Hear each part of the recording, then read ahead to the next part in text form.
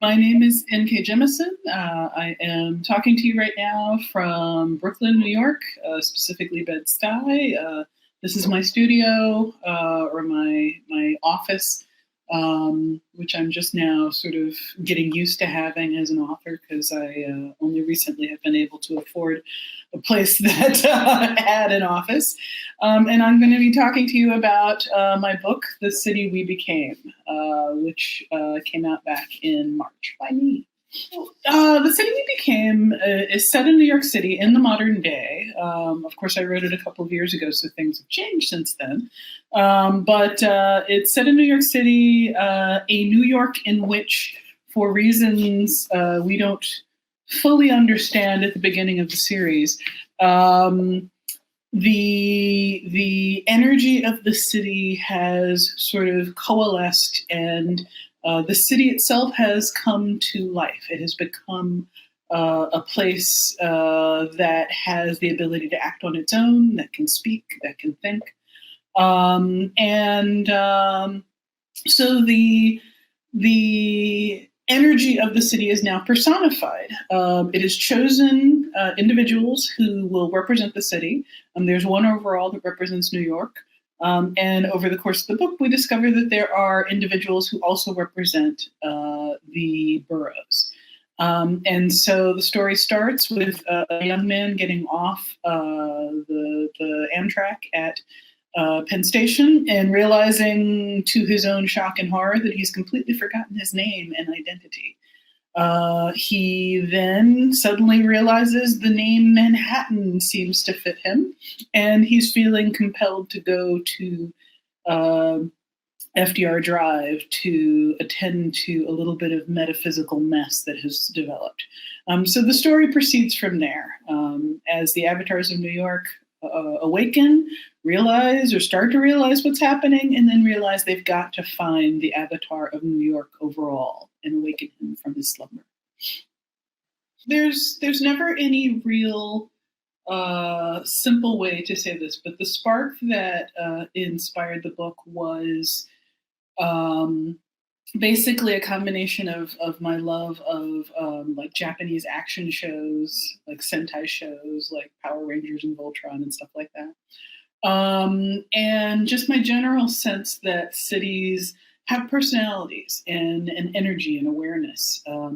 When I travel to a new city, and I've met lots of people who've had the same experience, when I travel to a new city, a lot of times within the first few, even minutes that I've been there, I feel an instant sort of, oh, okay, this city is right for me. I could live here. Or in some cases, I walk into a city and immediately it's like, oh, this is not my city. The city doesn't like me. It's time to go. And, I think a lot of people feel that too. In a lot of cases, when people choose to move to a new city, it's because they feel that instant sense of some kind of welcome or some kind of draw from that city. And if a city has a personality that people can pick up on, then, writer brain, of course, is going to turn that into something literal, or at least in my case, it does. The story, as I mentioned, comes from the Sentai framework, where people come together to fight evil. You've got 5 boroughs. You've got an incredibly powerful entity, which is the city of New York proper. You've got something threatening it. Naturally, when I'm writing about New York, one of the things that has always entranced me about New York is the fact that generally people come together and people try to look out for each other and people try to make sure that the city is well. And so I just literalized that and sort of parodied it a little bit. So the term American ingenuity has some weighting to me, and it's a little bit of a loaded term, just because I think of American ingenuity as a branch of American exceptionalism. Right now we're in the middle of a pandemic or a pandemic that is effectively raging unchecked, except in a few spots. I'm fortunately in one of them in New York. And that's partly because there are a lot of people with power in our country that believe that American ingenuity will somehow just make it go away. And that's not how anything works.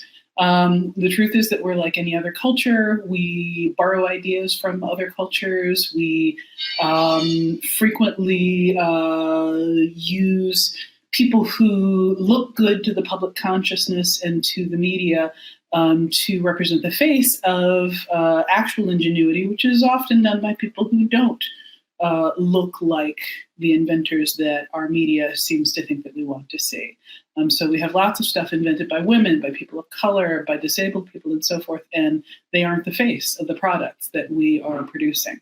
So it's just a thing that I think we're going to have to reevaluate. American ingenuity, honestly, to me, is something of a misnomer in and of itself. But there's nothing wrong with us being creative. We are as creative as everyone else on the planet. I do not believe we are exceptional in that. What sort of possibilities or hope do I think my book can offer the country right now? Oh, well, that's a job that I don't think my book is built to do. The idea that authors deliberately write with some kind of goal, some kind of wider zeitgeist goal in mind is, I think it's something that a lot of people think that we do, but, at the end of the day, we're just trying to tell a good story, something that we enjoy. That said, I have been surprised to find some parallels between the city we became and the reality that we're in right now. And I think a lot of readers have been surprised to find it. And Lord knows I did not intend to write the symbolic version of a global pandemic into my little fantasy novel. This was just supposed to be sort of a lighthearted palate cleanser after the Broken Earth. But it's there. And I think the thing that people will probably, will hopefully begin to take from the book, if they want to take anything from it, is that when people work together, they are literally able to do just about anything. And that's the struggle that we're having right now as a country. Even New York is having that struggle. And I've been saying great things about New York up until this point, because New York in general has been handling the pandemic pretty well. I see lots of people masking in the protests that happened recently. Pretty much everybody that I saw was masking. They had hand sanitizer duct taped to a light pole for anybody that wanted to use it. So New York is pretty good about trying to look out for each other. But, we've seen some incidents recently of people in various neighborhoods just, wanting to party and filling up the street with large crowds of people. And, that's some of that is just human nature. There's a part of us that just does not want to do what is sensible or mature. And, these were young people. They just wanted to party. It's summertime. It's hot. I kind of don't blame them, except that they should be a little more thoughtful. But what my hope is that basically people will realize that New York's strength, the reason that we are starting to see, or we have seen a massive downturn in deaths and infections due to COVID, is because New Yorkers are trying to look out for each other. And most of us are wearing masks and most of us are being careful. And I hope the rest of the country and the rest of the world, well, the rest of the world seems to have figured it out. But I hope that the rest of the country does eventually develop the same idea. What role have libraries played in my life? I grew up in a library, I guess if that's a good way to frame it. My mom used to love to go shopping at the mall, and I hated going to the mall. Until I turned into a teenager, and then, of course, like every other 80s teenager, the mall became the place to hang out. But when I was younger, the mall was the place where I stood around groaning and sighing while my mother tried on clothes. So eventually she learned to just sort of drop me off at the local library and leave me there for hours. I'm not sure that's legal these days, but at the time, I was a latchkey kid already. It was not really a huge deal. And I literally read my way through the entire library. This was in Mobile, Alabama, really small. The little neighborhood library that I had been going to was not that big either. The librarians knew me. They saw me coming. They would sometimes put aside books for me that they thought that I would like. They always knew to keep the science fiction lists, like what are the recommended books for science fiction readers. They always had those lists handy for me because I was always bugging them. And I read my way from the children's stacks straight into the science fiction stacks, and that's pretty much why I'm a science fiction writer. They were positioned right next to each other, so that was it.